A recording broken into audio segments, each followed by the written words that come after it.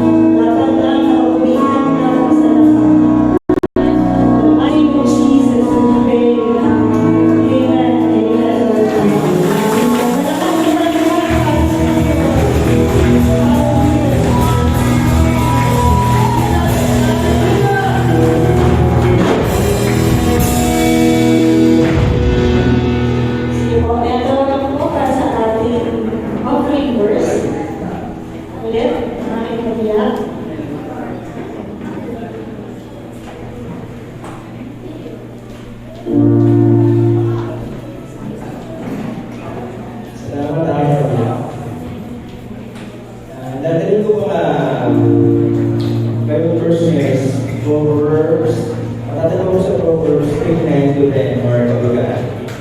At ganito po ang sinasabi. Parangalin mo ang Panginoon ng iyong pinakakiti at ng mga unang bunga ng lahat ng ani. Sa gayon mapututo ang iyong mga kamali ng sagana at ang iyong alilisan ay apaw ng bagong alak. First fruit. Alala ko po dito yung babaeng palo. Yung binigay niya po lahat ng yung 2 minutes lang po pero buong kayamanan niya. Pero sa akin po, sa akin pa nila wala na po makakagawa nito. Yung ibibigay ko yung buong kayamanan mo para sa Panginoon. Pero, ang hinahanap po kasi natin ngayon is yung kung ano ang ginagawa ng ating puso. At tulad nga pa na sinabi ko, doon po masusupang kung gano'n natin yung mahal ng Panginoon. Pag sinabi mong first fruit kasi ang mga napapasok sa isip natin is sahod, sweldo. Pero, hindi po yun ang ng Panginoon. First fruit, unang-unang po ba sa ating talent, sa ating pag-awit. Kung gusto natin matutong umawit, magpa-practice tayo. Ngayon, matututo tayo. At sinasabi na kapag nag-practice ka na nag-practice, magbubunga. Natuto ka na umawit. Ano ngayon ang bunga? Parang malamang. Yung bunga na yun, yun ang nais ng Panginoon na gamitin mo para sa pagbubuhay sa Kanya. Kaya hindi lang puro financial, kundi pa rin ang talent natin na ibigay ng Panginoon, kaya dapat natin ibigay para sa Kanya. Hindi lang, the first fruit is financial, but first fruit about our talent, and most especially, our time. Yung talaga kailangan ng Panginoon. Dahil tandaan po natin, habang ng Panginoon ng oras. Salamat tayo sa Panginoon, dahil kapag binibigay natin ang ating oras, ang ating talent, at ang mga bagay na meron tayo, sinusukian na ito ng 60-50 at umakapaw. Diyan po ang siya punan. Kaya kapag binibigay natin ang ating time sa Panginoon, tandaan pa natin, dodoblehin ang ating time, mahaba ang ating time. At ang ating talent, pagbibigyan natin sa Panginoon, yung dalawa nating talent, dadami yan para sa patuloy sa Panginoon. Kaya ang mga kabataan sinasabi mo lang sila na makailan, may talent kayo na binigay ng Panginoon para sa kanya iuuwi. At tayo po manala. Maraming Diyos, maraming salamat po Lord God, sa lahat ng meron mo. Naalam namin na rin muna si Lord God. Kung wala ka Panginoon ay wala kami Lord God, kaya wala kami pagmamalaki sa iyong harapan, kundi ang aming pag-uwi masasalaman ng Panginoon. So, mas mo Lord God, sa lahat na dala ko sa aming bibigay o Diyos. Pagpalayo mo na ba Panginoon ang bawang bibigay na may nagalakan sa puso ko ngayon at pag-ibig sa inyo Lord God. Hindi ako pagbibigay na nagpipigilan ko, hindi ako pagbibigay na gulo ng kamahal. Dahil yung mutuloy na hindi para sa akin Lord God. I-bless niyo ang bawang isa Panginoon. Kaya puso ng pagbibigay sa inyo. Hindi ko Panginoon hindi mo pagbibigay Panginoon. Dahil ito ang blessing para sa nila Lord God. Ito niyo ang puso ng bawang isa Panginoon. Na aniya mas aming pagbibigay Panginoon ay hindi ito mababayo. Pag gusto Panginoon, ito ay pagpapakita namin ang pag-aaral ng pagpapagiging sa inyo, O Diyos, na aming alam mo na wala kami kung wala kayo, O Lord. Lord, patuloy mo sa salamat namin, Ama, ay inaalay namin ang lagi namin sa inyo, sa pangalan ni Jesus. Amen.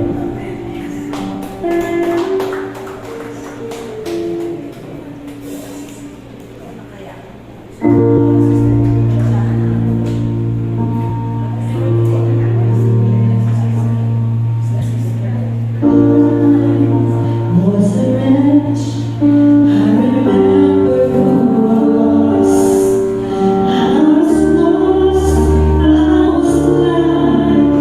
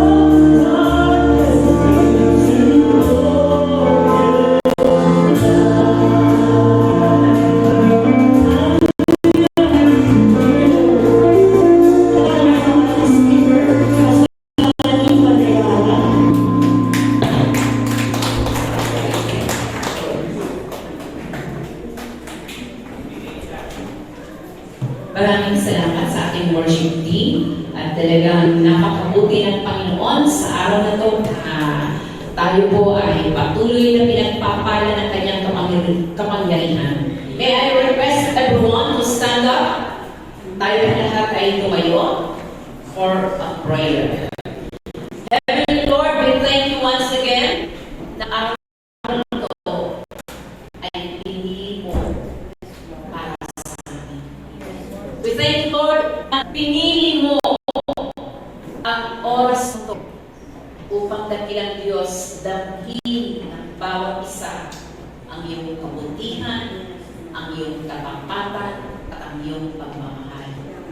Mula na bilang Ama, sa lugar na aking kinatatayuan, hanggang sa bawat sulok ng lugar na ito, pahiran mo ito ng iyong banal na dugo, na walang anumang kapangyarihan na pwedeng manahanan sa lugar na ito, sapagkat inaanyayahan namin ang iyong Espiritu na siyang ikasama at mamalagi sa buong oras na pinakama ng aming pag-uumpa. Dalangin mo, Lord God, ang iyong blessing, ang iyong anointing, ang iyong favor sa lahat ng narito na magpanangin ang perfect na gift, perfect love, and forgiveness, Panginoon.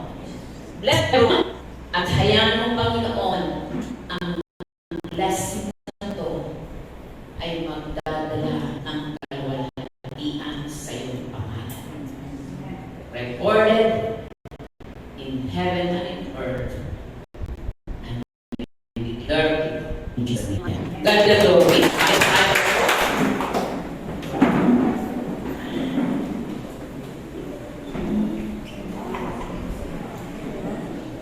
Maraming pong salamat.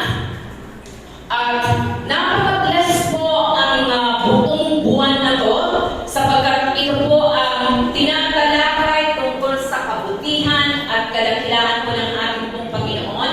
Kaya hinihiling ko po sa inyong lahat ang inyong pakinig, ang inyong panangin, ang inyong pandama. So right now, I'm going to speak in Taglish sapagkat every time na ako po ay tumatayo, lagi ko po ini-invite ang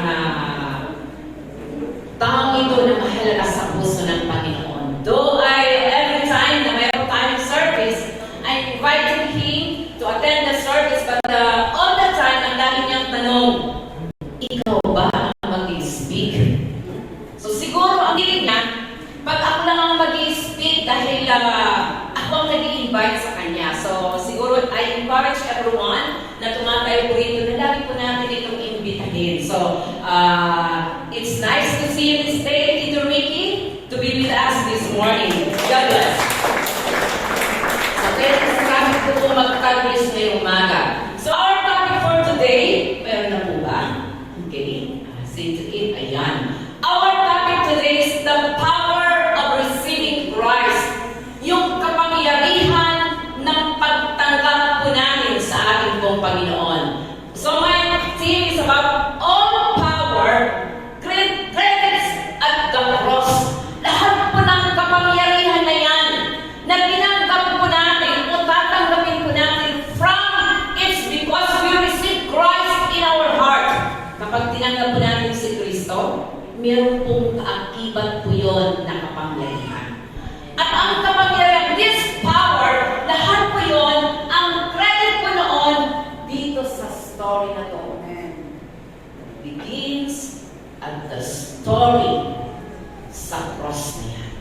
So marami pong ano yan. So like introduction, the meaning of power in Greek is iparkeio. Magkaiba po ito.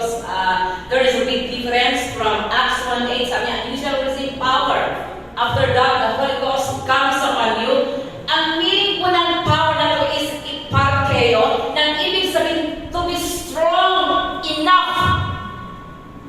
Kapag sinabi pong strong enough, matatag, 'Matibay, enough to stand and every challenges na kakaharapin ng isang mananampalataya.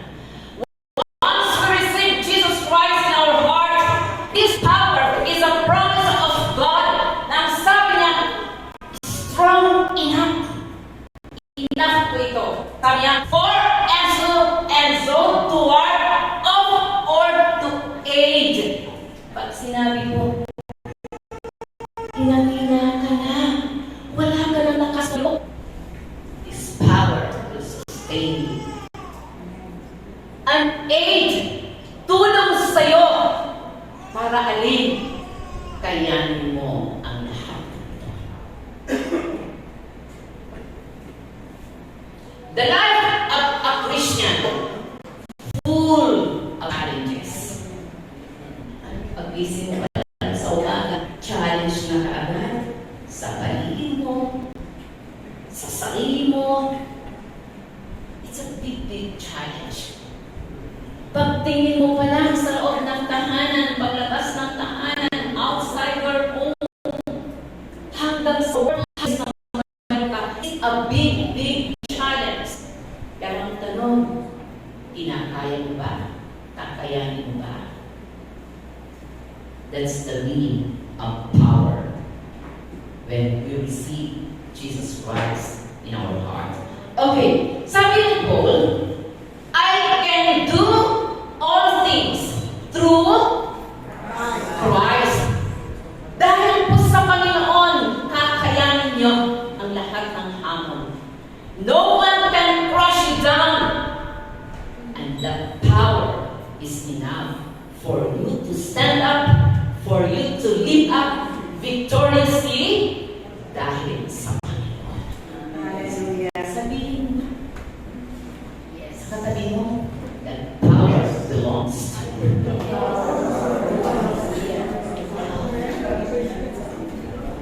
It belongs to me. So, ganun mo yun ka-powerful. Okay? The story of the cross, yan po pag-uusapan ko natin ngayong umaga. So, be sensitive na mawala kahit isa.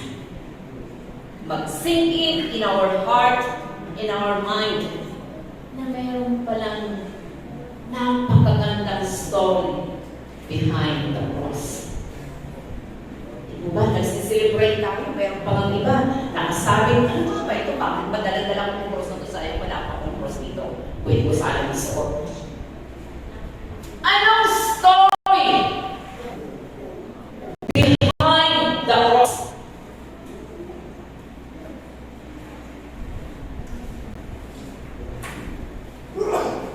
So, pag-uusapan ko natin yan ngayon.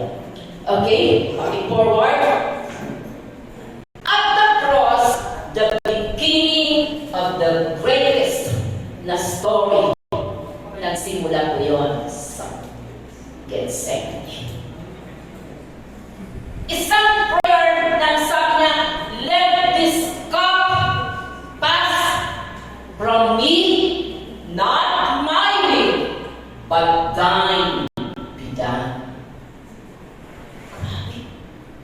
Ganun pa ang story ng cross. Nagbago, pinuno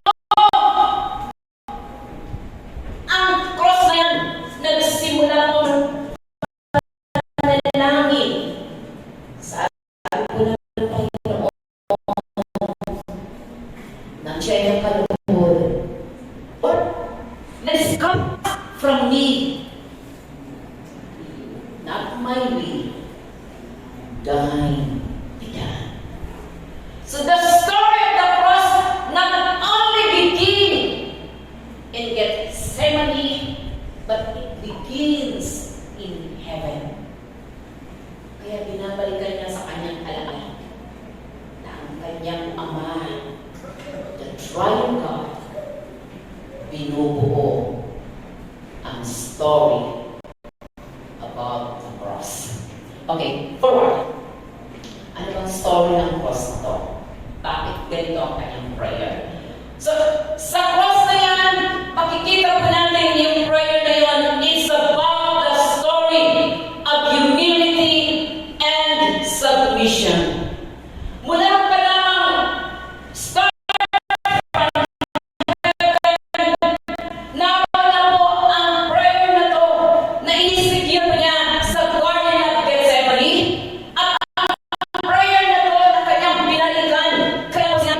will what time be done.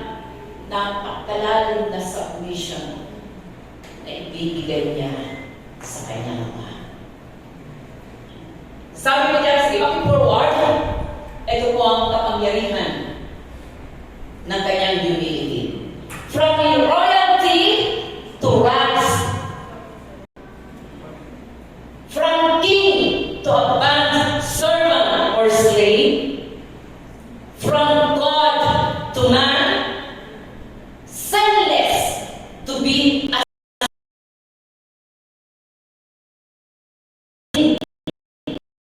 for us.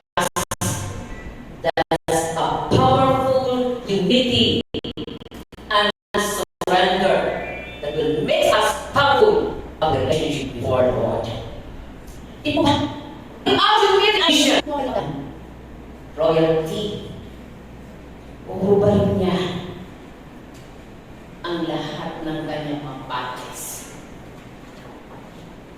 Belongs to a royal family para maging basahan lang sa paningin ng mundo. To a king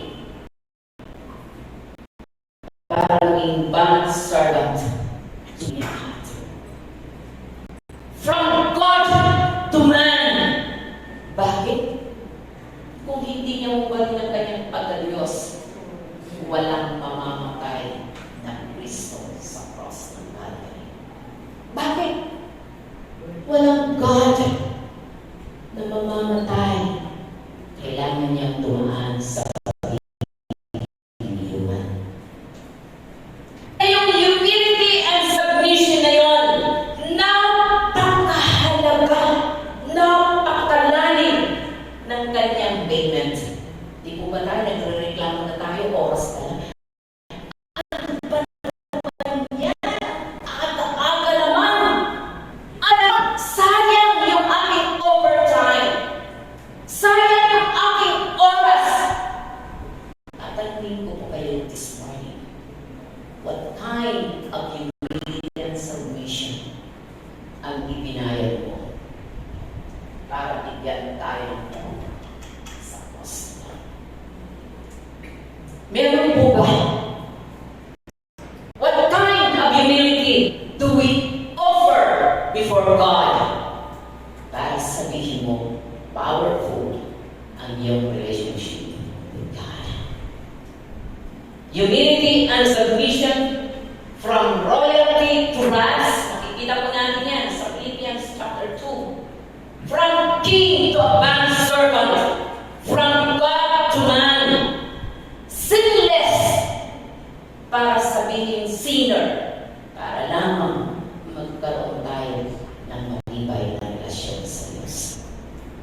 He gave up everything for you and me. Meron na po ba tayo? Ano na kaya ang isusulat dito? Sa cross na to, ng mga submission and humility in my life. Meron na po ba?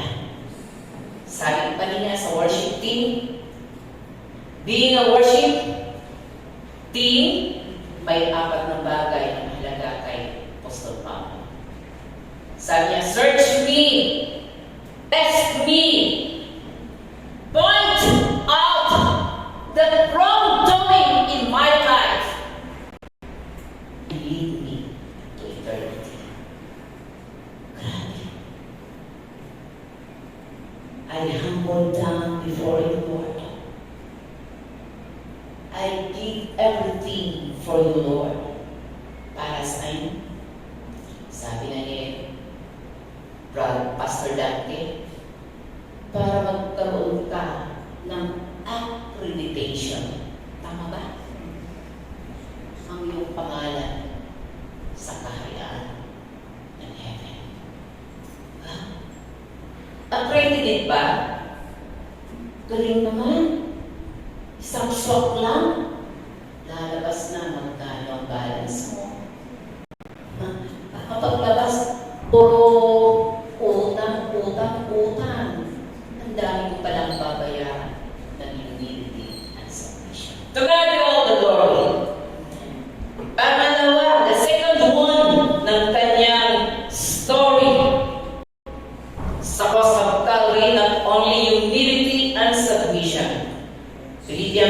obedience unto death. Ano po yung meron? What is the cover for that obedience and unto death? Sabi mo dyan, our life versus his death. Ang kanyang buhay, kapalit o katumbas ng kanyang kamatayan. Hindi ka man namamatay, nagsasuffer pa lang tayo. Kailangan na tayo ng rin. Bakit naman ako, Lord? Sinong gusto mo yung tatabi mo? Tapupanin mo? Gusto mo ba ng suffering? Sige, tanongin mo ba ang sagot niya sa'yo? Sabi naman, naman ako, grabe ka naman. Sa'yo na lang yan. Obedience even unto death, yung kapalit po nito. His life, his death, kapalit ng iyong buhay. Our happiness versus his suffering. Alam po ba natin yun? Memorize na natin, hindi ko Pastor Riley. Memorize ko na yun. Ang nais ng Diyos ay magkaroon ako ng kapangyarihan, magkaroon ng kagalakan. Ang ano yun? Alam niyo ba? It's all because of that story from the cross. A man died for you and me. Kung bakit ako ngayon masaya sa kabila ng lahat ng ito, bakit? His suffering makes me happy before the Lord.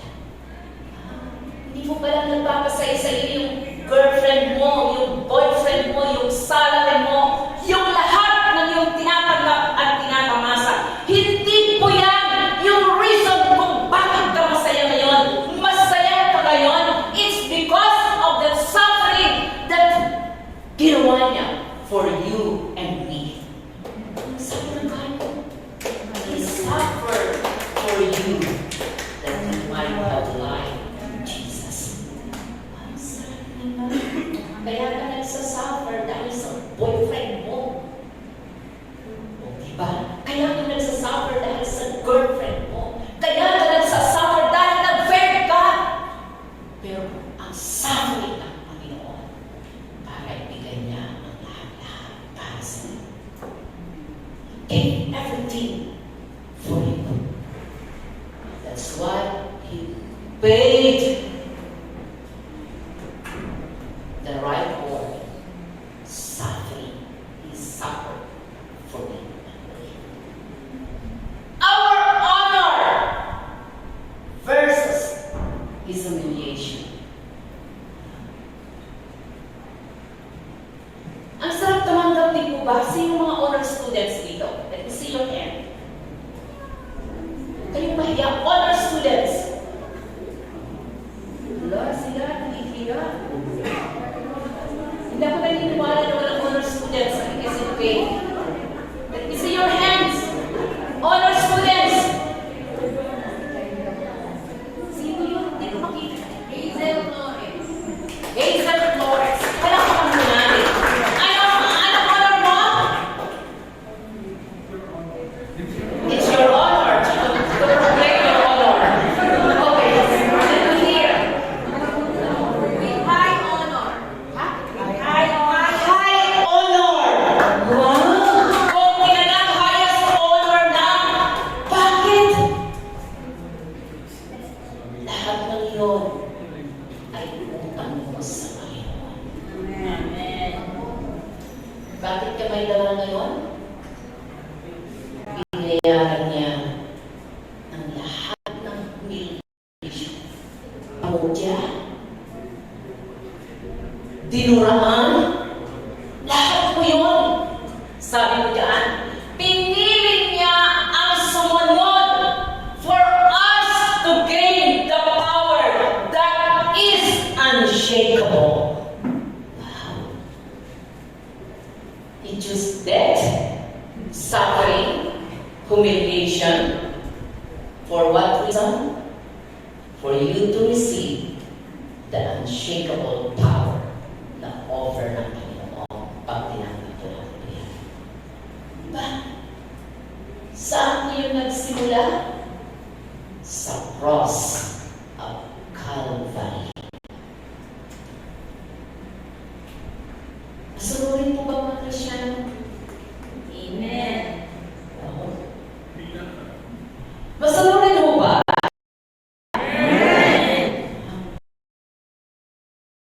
Recorded in heaven. Yes. Okay, so tingnan mo natin the second one. Process at the cross. The greatest ingredients. So alam niyo po ba, pag tayo po'y nagluluto, hindi po ako tagaluto, nasa na kaya mister ko, nawawala ulit. Sabi ko yan, the greatest ingredients ng pinakamasarap na pagkain. Anong paborito mong ninang? What are your favorite food? Kare-kare.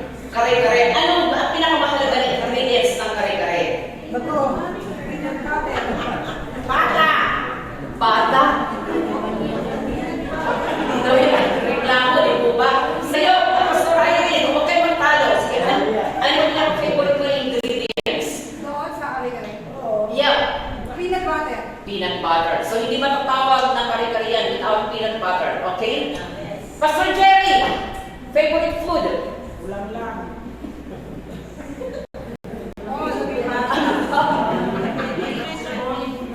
Ha? Many to mention daw. Many to mention. All are favorite. O, di po ba? Alam niyo po ba, sa bawat pagkain, una mong tinatanong pag nagustuhan mo, anong ingredients dito? Alam niyo po ba ang mister ko? One time, may tao na yung binibilan namin ng karne dati. Sabi niya, sige na, Kuya Andrew, bibilhin ko anong sikreto ng yung barbecue.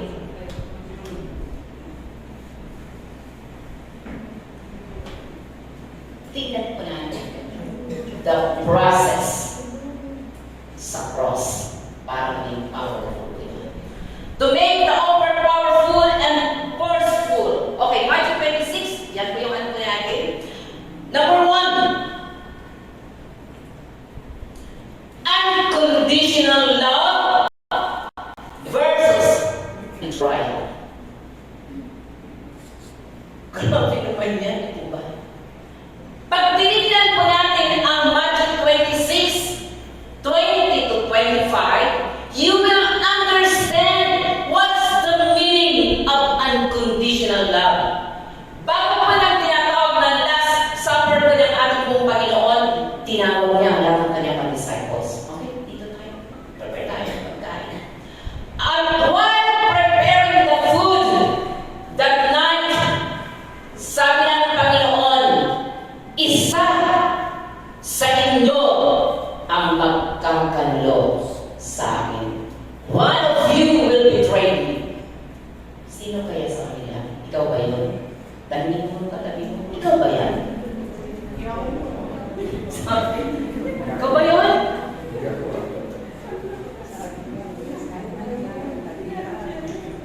The unconditional love ng Panginoon, the ingredients of the love na kapag-o versus betrayal. Have you ever experienced na mag-betray?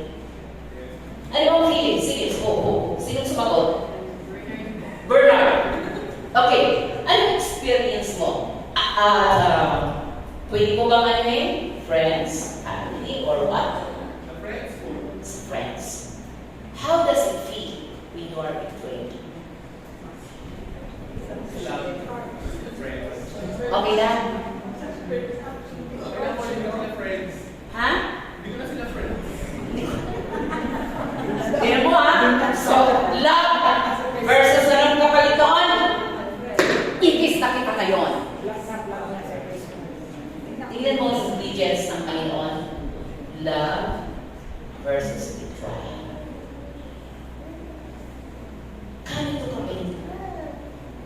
Sabi ng Panginoon, one of you will betray me. Nagtanong na, Lord, sino po ba sa ako ba yun? Ako ba yun?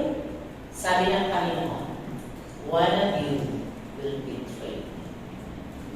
The second one, na pag-approach ng Panginoon just to show the love for Judas. Ang sino man magiging kasabay ko ng pagsasawsaw na ito, alam mo yung revelation ng Panginoon, He revealed everything just to touch the heart of Judas. Reveal niya lahat.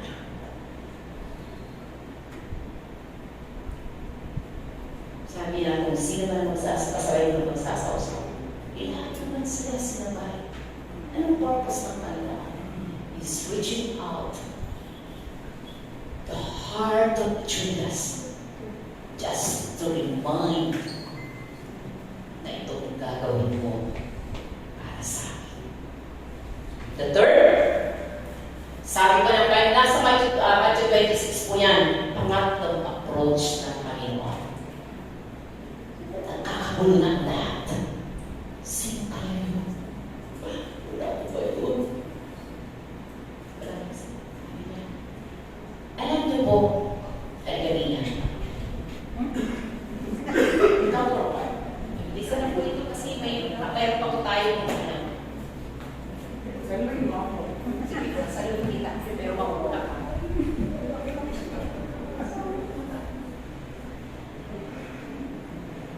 Nagbubulo. Narinig niyo po ba yung sinabi ko? Hindi. Anong purpose? You can go down. Anong purpose? Why you did not hear the words na sinabi ko sa kanya? Sige nga, mayroon kayong sa akin, libreng lemon sa unang makakasahod. Sabi ko, babayaran ko yun. Ayaw niyo pong i-share. It's a secret. Ayaw niyo pong i-share. Ayaw mo niyong i-share. Okay. Ano sa'yo? It's a personal message from God to Rebecca na siya lang ang magkakaunawaan. Sabi ng Panginoon, sabi ni Judas, Lord, is it me? Ako ba, Panginoon, ang magbibitray sa'yo? Dapat sana sa sagot ng Panginoon, tinanong mo pa, ikaw nga yun, paparinig ng lahat. That I am the one who will betray Jesus. Pero tingnan niyo, why God protect Judas? It's because of His unconditional love. That's the heart of God. Protektahan niya si Judas, siguradong kukuyugin siya ng 12 apostol. Napakano mo? Diba? Yan ang natural na magiging reaction nila. Because mahal nila ang Panginoon ang mga disciples. At ang betrayal na yun, it's between God and Judas. The story of the cross is very personal. It's between you and God. Nang betrayal na to happened sa isang memorable event. Sabi ng Panginoon, yes, it is you na hindi mo narinig ng mga disciples.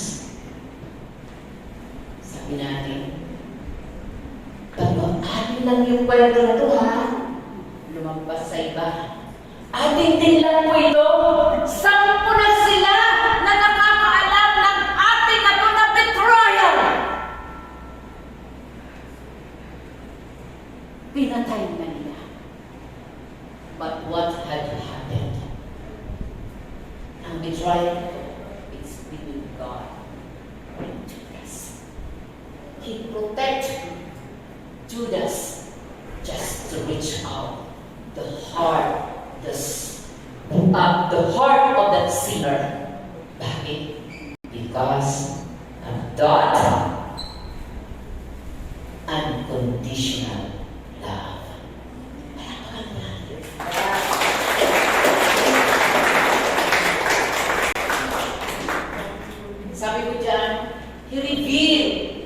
the causes, the judgment. Sinabi ng Panginoon, mabuti pang hindi sinilang ang tao ito. Di ba sinabi niya yun? Woe for that man. Pero pinili pa rin niya itong kauli. Nire-reveal niya kung ano magiging judgment. Sabi ko dyan, but the Lord choose to be betrayed. Why? Because He loves you and me. Meron po bang great na story pa? Greatest story about the cross? Kung pinuportray mo ngayon ang magandang storya ng buhay mo, basahan lang yan sa Panginoon ng Diyos. Wala nang ibang pinakamagandang kwento na malaman mo ang kwento mo at ang Diyos na namatay para sa iyo.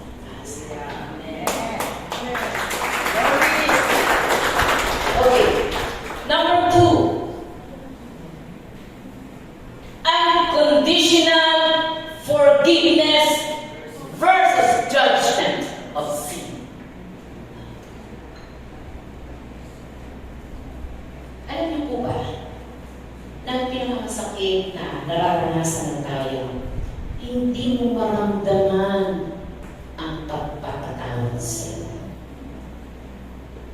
Recorded talaga yan. Hanggat hindi nawawala ang ukit na yan.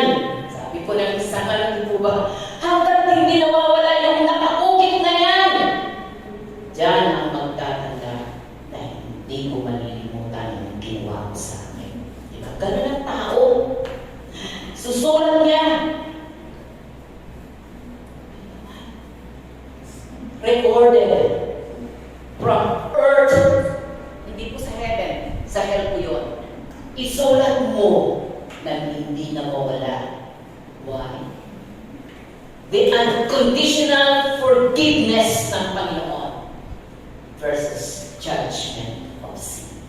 Sabi ko dyan, Isaiah 1:8, come 1:8, come now, let us reason together. Says the Lord, though your sins are like scarlet, they will be as white as snow. Though they are red as crimson, they shall be like wool.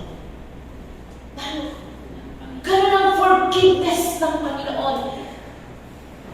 Lord, sino nag-pray ng ganda?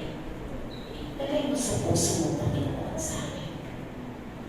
Ang isang salita, forgiveness.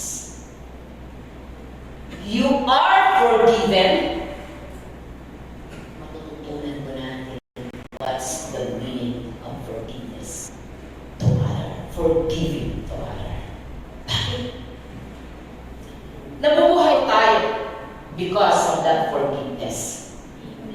Matibay ang relasyon mo ngayon because of that forgiveness.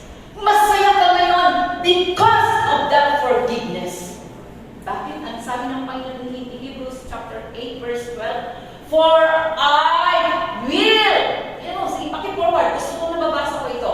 For I will be merciful toward their iniquity. Ano ba ang kasalanan mo? Ang hindi napatawad ng Diyos. What kind of sins you commit that God cannot forgive you? Sabi niya, and I will remember their sin no more. Ganun po bang ingredients? Ang ingredients ng cross. Unconditional love. Unconditional na forgiveness. Dahil ang kanyang pangako, I will remember their sins no more.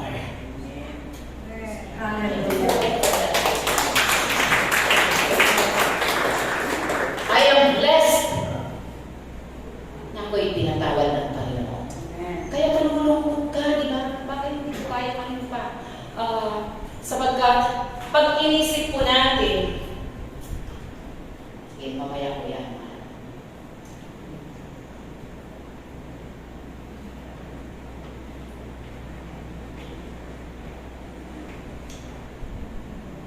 ng ating pong Panginoon.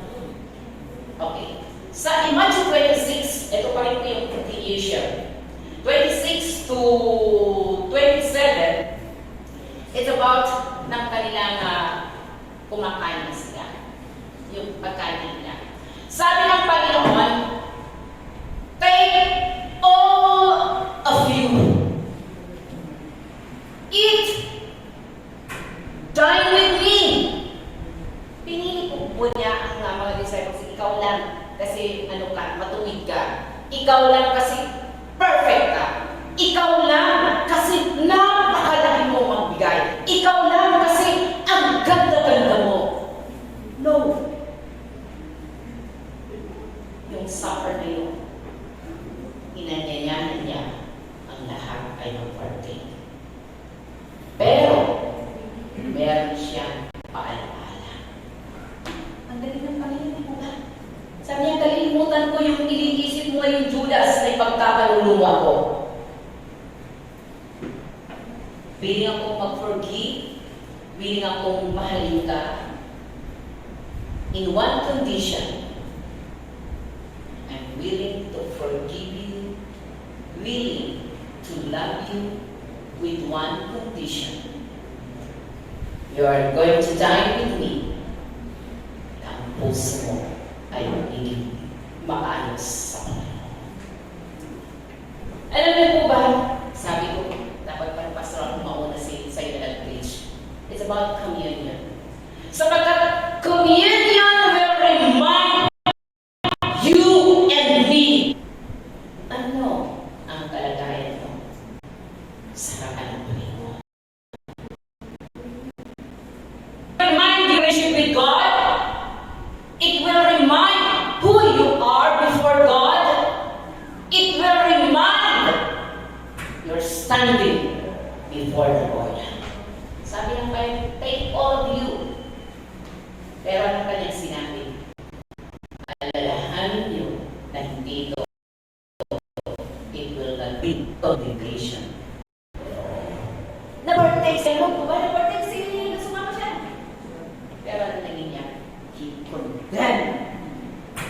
Kinumpilan niya ang kanyang spirit na nagdala sa kanya ng kamatayan sa tinatawag the blood. Nauna siya nag-offer ng sacrifice ng blood na hindi accepted sa Panginoon. Ang purpose ng Panginoon sa ingredients of love, sabi niya, for us, forgiveness that none be lost. Anong ikita dyan? Okay. So yan yung dahilan. Ang purpose ng forgiveness ng Panginoon na unconditional that none be lost. Tapitin mo yung sabihin mo, ayaw niyang mapahamak ka.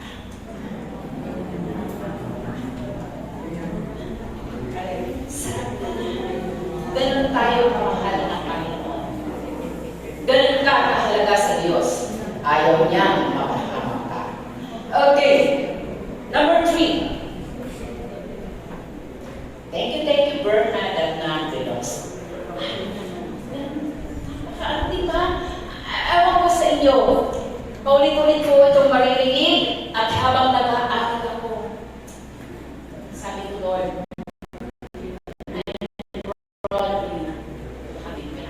proud ako ng Panginoon ay nasa akin. Higit pa sa jackpot ang aking tinamaan. When I see Jesus Christ in my life. Okay. Number 3. Unconditional acceptance. So, ang meaning po ng analog po natin ng John 1:12-13, sabi ng batas nila, sige pakikode niya, nagdano. Pastor Raizel, John 1:12-13, pakikode.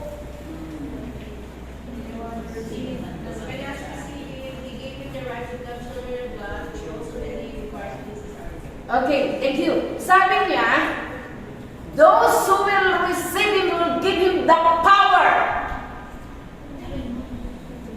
called the Son of God. Verse 13, hindi po ng will ng tao, will ng magulang, will ng sinuman, but it is the will of God na tanggapin kanya.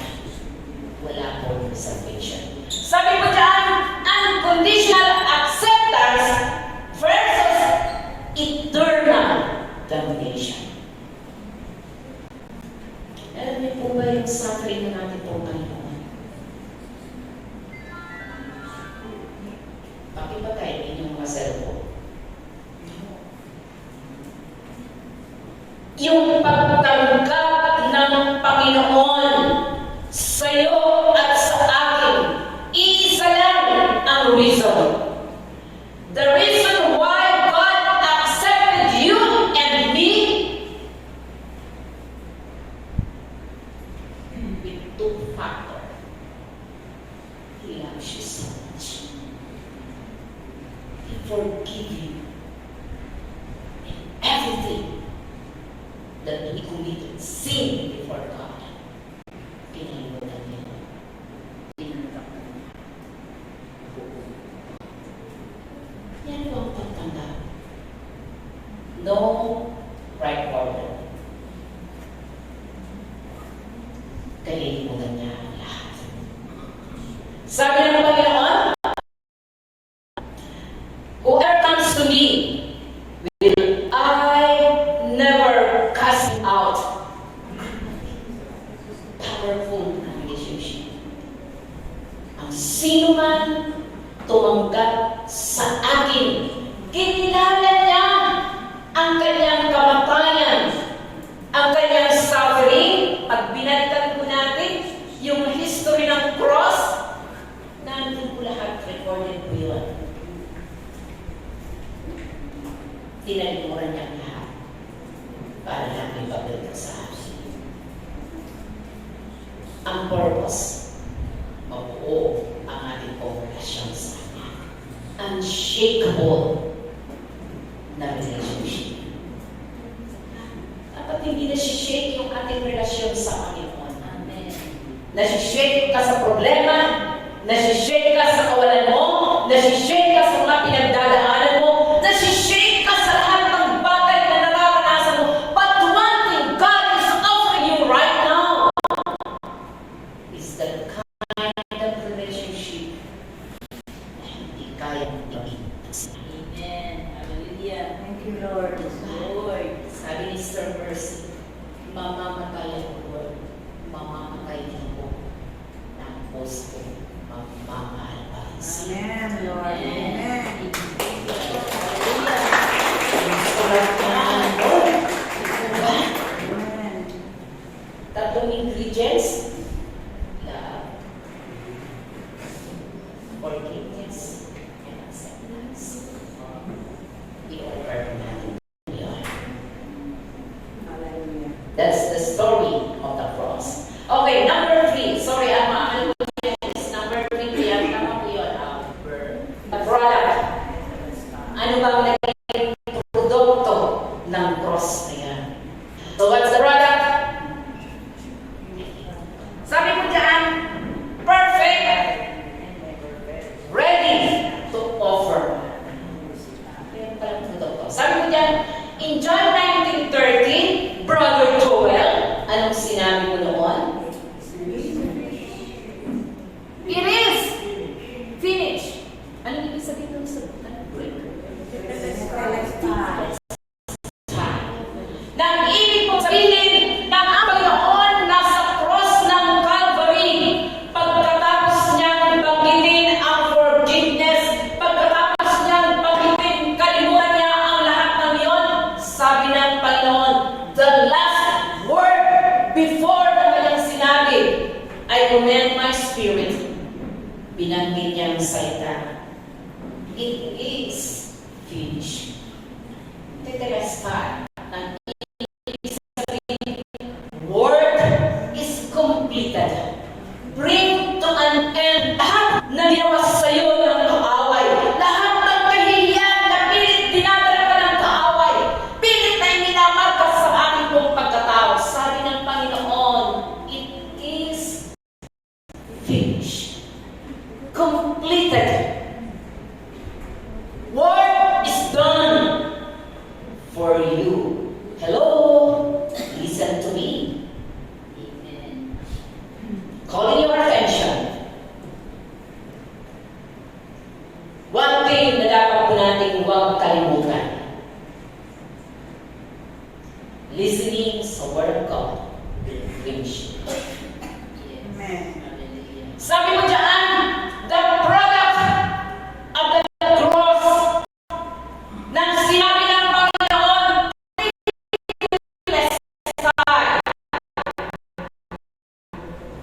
completed na ang lahat.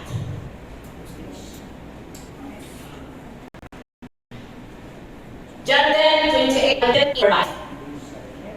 they shall never perish, and no one can snatch them out of my Praise hand. God.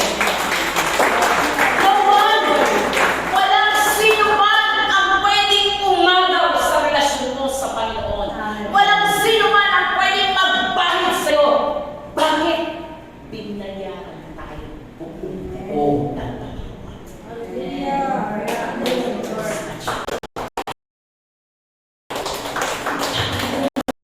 Mayroon tayo sa stain. Tayo dapat ang kawin ng sino. Dahil ang kanyang pangako, walang sino man. Walang sino ang pahalos niya. Kung ang ikaw ang magpapalalo, mamarkahan kita na hindi ikaw ang magpapalalo sa akin sa Panginoon. Sabi na pa, no one can snatch them out of my hand. Nakasarap. Lord, thank you. Amen. Hallelujah. Ano mo ito ng Tetes na to? Sabi niya, it assured in His Word. Okay, forward po. Tatlo po yun, natin niya. Assured in His Word, hindi mo ang nangako, friend mo, hindi na ako ang nanay mo, hindi na ako ang trabaho mo, hindi na ako ang sino man sa'yo, hindi minsan ang asawa mo. Ang nangako sa'yo, hallelujah, assurance. And God says, no one can touch you. Secure in His Word, completed. Nagpapakapagod tayo, magpakapagod tayo sa Panginoon. Amen. Bakit? Ang kanyang pagpapakapagod na halos blood ang tumutuang while praying ang sinabi na, Lord, let us come pass from me. Makakagapkap na dugo. Bakit? Gusto niyang sigurtan sa iyong kaligtasan. Habang mo ba natin yun? Habang nanonood tayo while watching Passion of the Cross, umiiyak tayo for a time. Pero yung luha na yun ng Panginoon, blood recorded mula sa lupa hanggang kanta. Nag-pacify para bigyan ng si Esther, you are secure in my works. Mga company ngayon, bibigay ng assurance, 10%, 50%, 20%. Pero sa is 100% assured, secure, and empowered. So anong hahanapin mo ba? Hindi ko na i-explain empowerment dahil alam kasi ano pinag-aralan ko natin yan kay Pastor. So may conclusion. The story of grace, pure and inevitable. Bakit po hindi po natin ito mababasa? It talks about God and you. Not sa cross, kundi it's about God's love, forgiveness and acceptance. It talks all about you and me.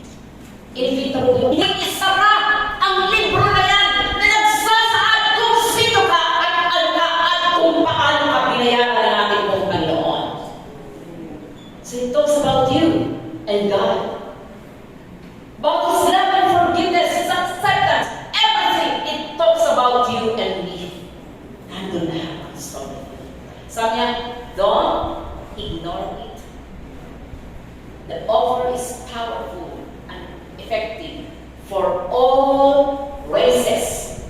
languages.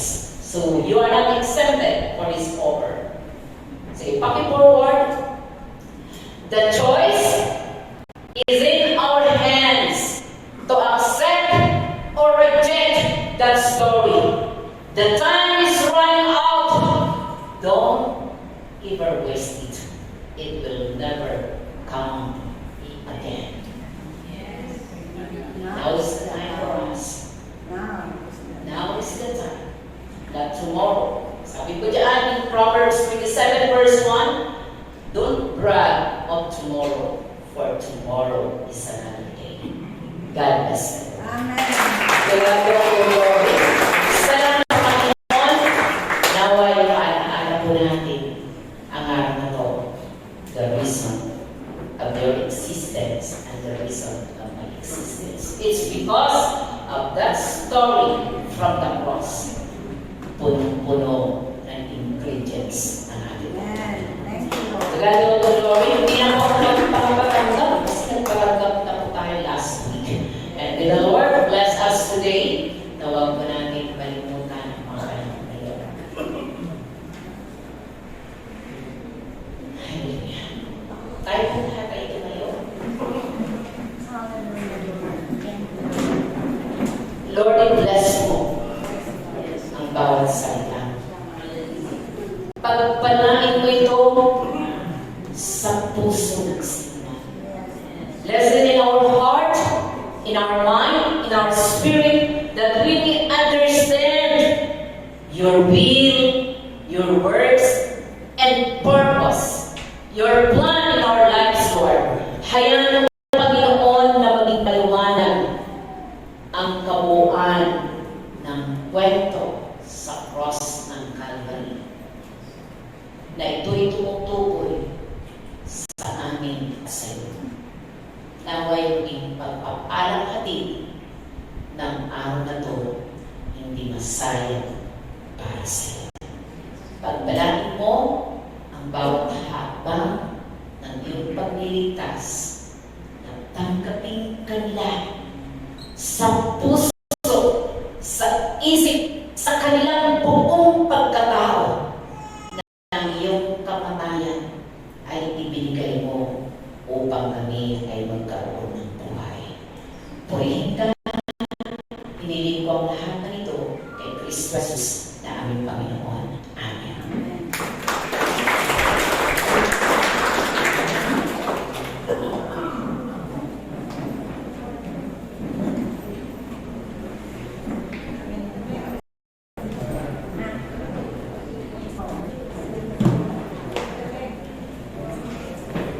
Thank you po sa lakas sa umaga. Welcome na po tayo sa ating announcement.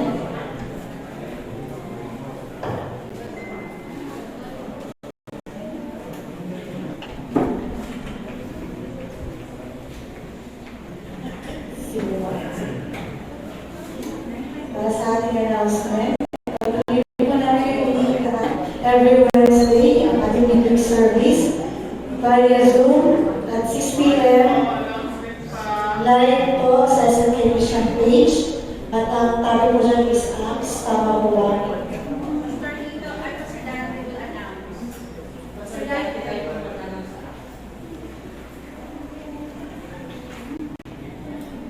Din po, magandang araw po sa inyo lahat. Iniimbitahan po namin kayo na dumalo o makinig. Makipag-Bible study sa amin sa Acts chapter 10 na po tayo. Napakaganda na po ng ating tinatalakay.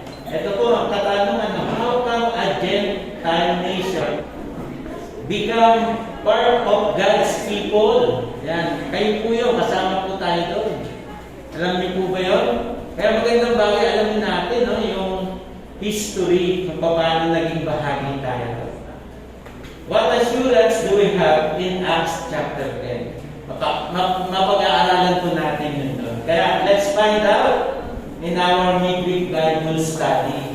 See you there po. God bless you po. Ganun din po every Friday ang ating prayer meeting at 6 p.m. via Zoom live at sa Christian page. Yan po ang ating topic for the month of July. July 21, the extravagant giver by Pastor Alistair Brother Herbert C.B. And July 28, Jesus Will Always Be by Pastor Hazel Lee and Sister Marian Palomeno. Salamat po sa nag-usher at Marshall kanina. For July 21, Sister Liza Peralta, Sister Nancy De La Cruz, Sister May Lorena, and July 28, Sister Carbueno, Sister Maureen Nicole, and Brother Jerry Stern. Meron po sa ating offering verses. Next Sunday po is July 21, Brother Carol C.B. and July 28, Brother John Marcos.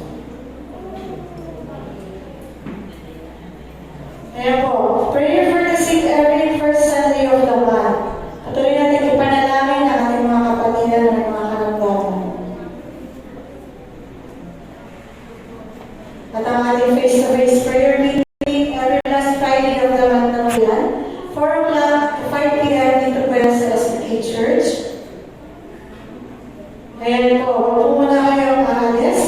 At ating financial report by Pastor Jerry Rodriguez after the service. Ngayon din po ang mga accountability leaders. Meeting po after the service din po with Pastor Eliza Lee. Ayan. May iba pa po bang karagdagan para po sa ating voluntary pledge? Nag-start na po ito ng Sunday. So, nilalagay pa po ba? Pastor?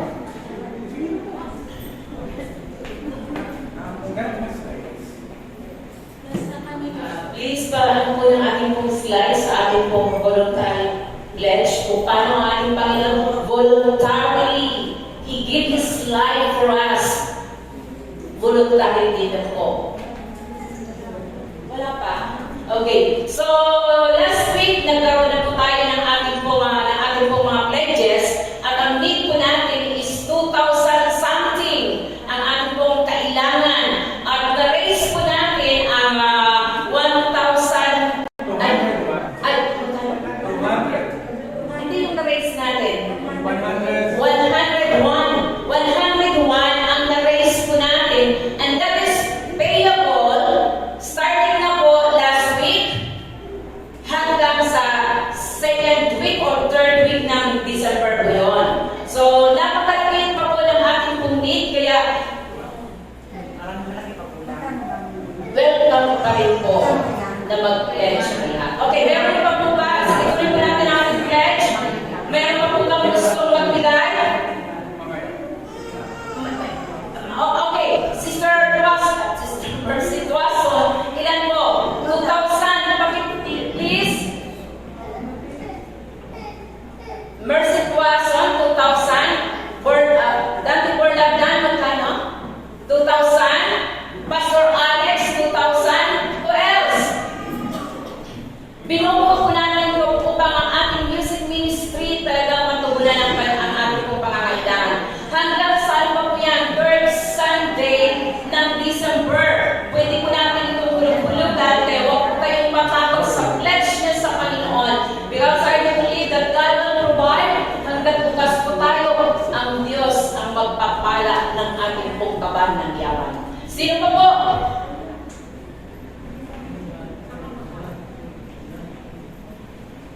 Hanggang ano po yun? Okay, sino pa po ang pwedeng mag-pledge? Meron pa po ba?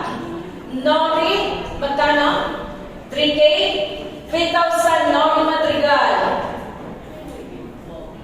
Wala po naman. Okay, sino pa po?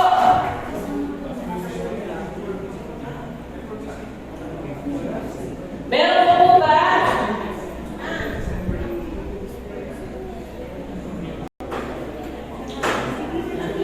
Ayan. Mga pahabol na lang yan. Sige.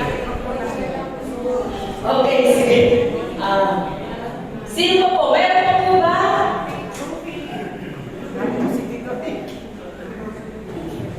Okay.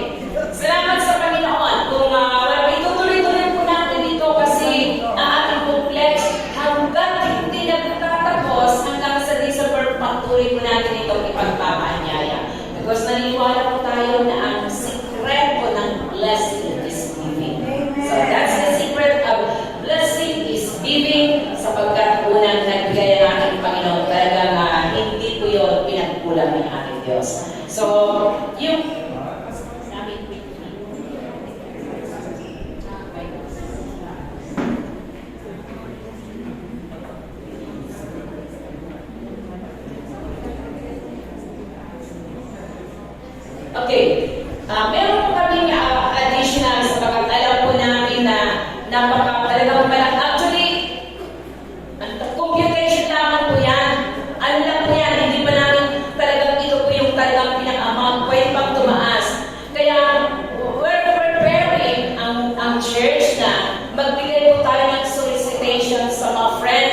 sa mga kaibigan po natin to raise these funds para pagtapos ng taon, kompleto na po ang lahat ng ating need.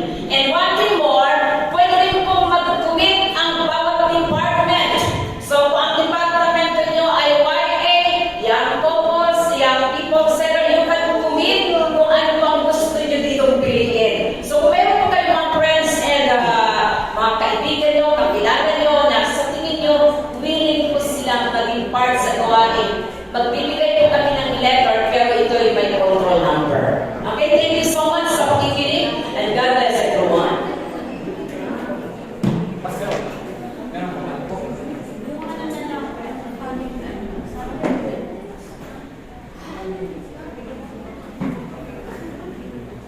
James na family.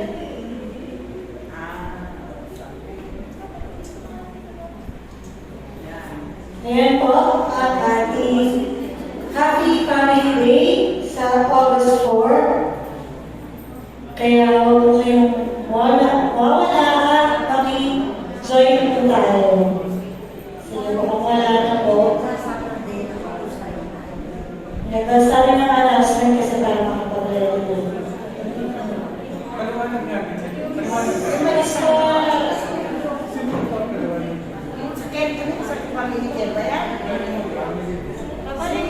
Yung sa family day, meron po yung reason kung bakit tayo magpa-family day.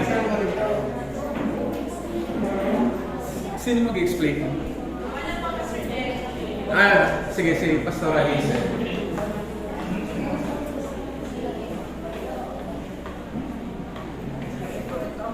Alright, so magandang umaga po. Ang church po, we have a community outreach. Ito po yung tinatawag nating family aftercare. Ito po yung mga ginagawa nating ministry outside the church. Yung mga family po na pinupuntahan ng grupo po natin ay nagbababastahan po tayo doon sa mga naging drug surrendering. At in-endorse po ito sa ating ng barangay. So we are properly endorsed by itong ating barangay dito, Marikina Heights. Ngayon po itong family day po na ito, this is for them. Pero we will be needing your support para po makita nila, ganito pala yung church. Diba? Ganito pala yung church ng Sambayan Cristo. So magkakaroon po tayo ng family day po dito. Tayo po yung mag-host para po maramdaman nila kung gaano po ka-welcoming. Hindi nyo nga makatabi nyo. Napaka-welcoming ba yan? Napaka-accommodating ba yan? Yeah. So yan po, kinakailangan po maramdaman nila yung love, yung extension ng love ng Panginoon through us. So gagawin po ito on the August. Paki-flash po ulit na that's sa August 4 po ito. Dito po yan sa church. So ito po yung mga, ilang families yan, Pastor? 5 family na pupunta po dito together with their mga pamilya. Siyempre, 5 family. Together with their kids, yan, yung mga ilang, nila, para po makapunta sila po dito. Imbitahan po natin sila. So that, God willing, magtuloy-tuloy po yung gawain natin sa kanila.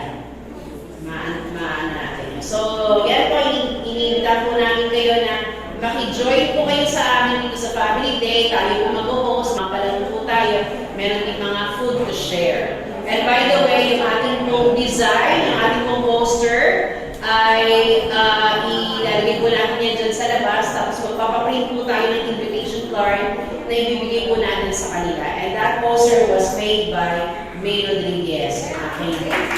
Naasahan ko natin maggawa ng Okay, so yan, maraming salamat. And of course, 7 stages of spiritual growth. Mamayang hapon, lasyon na po ulit tayo. And then, YC after po ng 7 stages of spiritual growth, which is biblical parenting. Face-to-face po tayo after po ng gawain ng youth. Alright, thank you. Yeah. So, nandito na po sa dalawa yung time siguro, 10 to 20 minutes, para po makita sa inyo ang ating financial report. Technician, paki-close naman to. Huwag na natin i-video ang ating